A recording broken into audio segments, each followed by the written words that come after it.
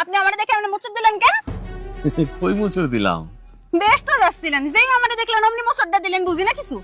না না, হয়েছে কি হঠাৎ করে একটা গুরুত্বপূর্ণ কাজের কথা মনে পড়ে গেল, তাই বাড়ির দিকে রওনা দিছিলাম। আসি। হ্যাঁ বুঝছি, শুনেন আপনার দেন টাকাটা দেন।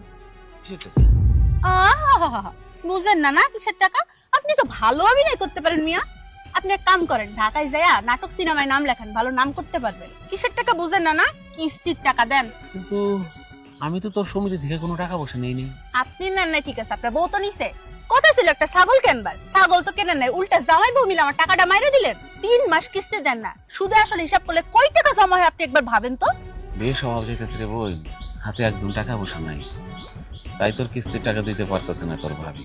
এইসব বললে তো হবে না বাদল ভাই, এইসব কইয়া আপনি আমারে বুঝ দিবার পারবেন, আমার স্যার গোর কেমনে বুঝ দিব আমি?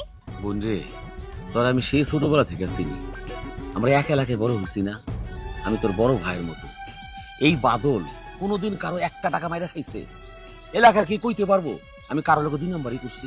এখন একটু অভাবে আছি, খাওয়ার সময় যাইতেছে, তাই তোর কিস্তির টাকা দিতে পারতাছে না তোর ভাবি।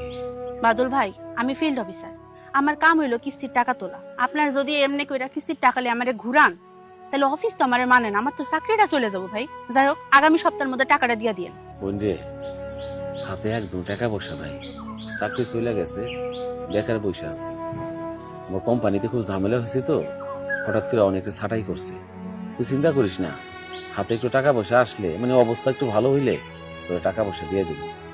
দিমু, হয়তো একটু দেরি হইব, কিন্তু দিমু, চিন্তা করিস না। কবে দিবেন আল্লাহই ভালো জানে, এমন কইরা না ঘুরে একটা কামের তো ব্যবস্থা করতে পারেন। এলাকায় কোনো কাম আছে রে? ডেইলি আমি কাম খুঁজতাছি, উপজেলা যাইতাছি, সদরে যাইতাছি, আমার কোনো উপদেশ পাইতেছি। শক্ত সামর্থ্য বেড়া এই কথা কইলে হয়? কিছু কাম না পেলে রিক্সা চালান গিয়া।